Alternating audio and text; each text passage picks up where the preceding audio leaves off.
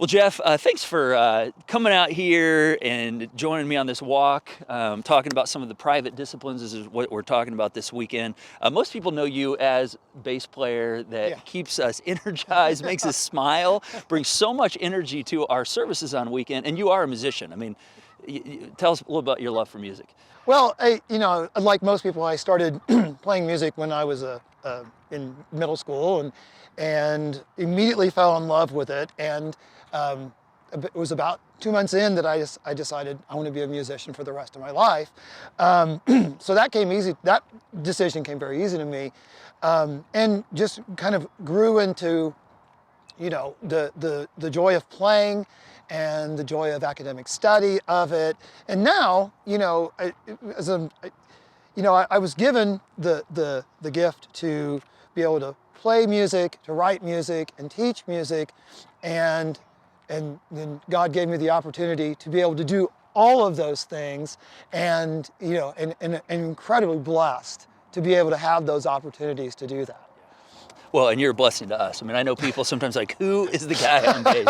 I mean, because you bring an energy and a passion to what you do, It's to your fun. craft and your trade. Yeah, it's just fun. I just love playing and love creating music and performing for people, and like I said, it's a blessing to have an opportunity to be able to do that. Yeah, awesome.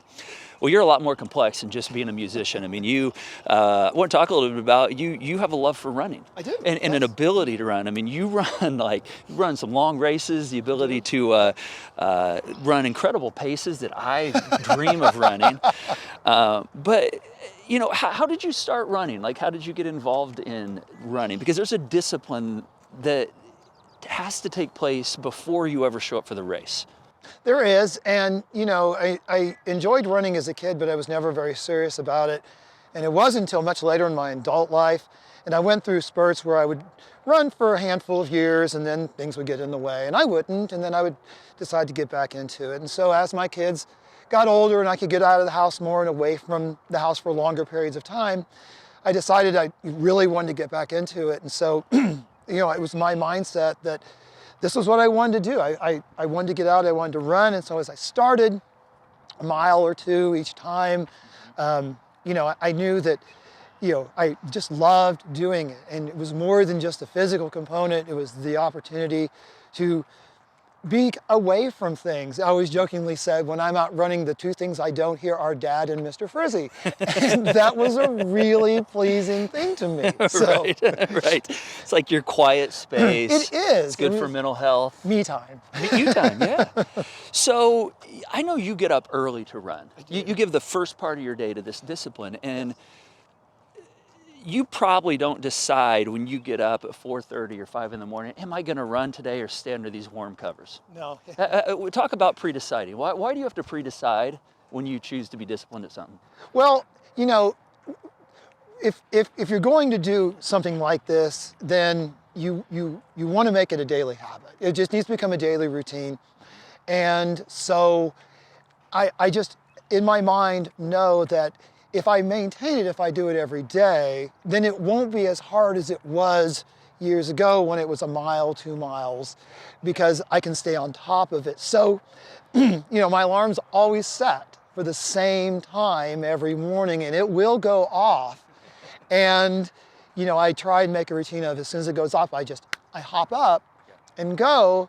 I am a morning person. Not everyone's a morning person. Absolutely, yeah. So, Well, and I know like 2 weeks ago when we had a winter storm, you posted a run that you made. The people thought you were crazy.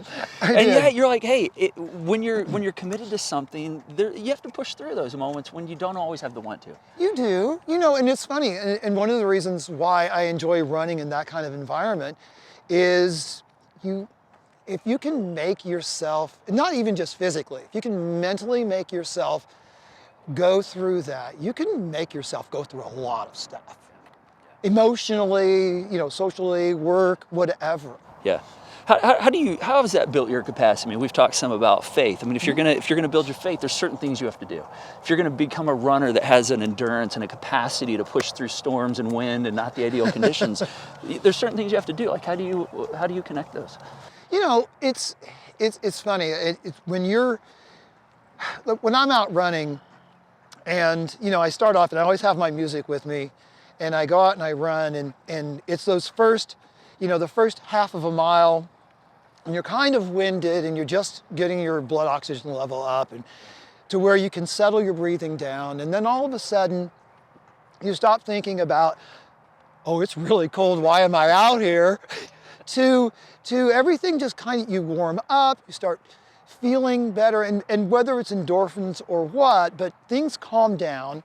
And it's at that moment that I don't really hear the music anymore. And those stressful thoughts that I had start to dissipate. And those moments are the times that then my mind starts to clear, and I feel like I can, for me, I feel like I can, at that point, really connect with God in my thoughts and my prayers. And I find that to be very helpful. And I think, the discipline of doing that, of making the decision to go out to get to that point, I think that's important with faith in the same way that you make a decision to, this is what I'm going to do. I'm going to go to church this Sunday. I'm going to see what this is about. I'm going to come back next Sunday and the next Sunday. In the process, my goal is to make this connection with God and find these times that work best for me to have this relationship, to have this line of communication that, where I can, clear my mind of so many of those negative thoughts, of so many of those struggles, and just have an opportunity to have a conversation, to be thankful, to tell him how thankful I am for the blessings that he has given me, for my children, for my work and my life. Yeah, wow. And you don't, just like in running, you didn't start running 7 miles at a 7-minute pace. No. And in faith, you don't do that either. I mean, you got to take the one step at a time. Right, exactly. But you have to decide. Hey, I'm gonna put the time into this. I'm gonna make it a priority. It's that first step. It's the first step. It is. Yeah. And sometimes the first step is hard. But deciding to make that first step can be life-changing. And much like running is, what's life-changing for me, and I don't feel like I'm a slave to it. I don't feel like it controls me. It's just part of me. Awesome. Well, man, thanks for sharing about a little of your discipline that goes Sure, in. absolutely. These are the pieces nobody ever sees.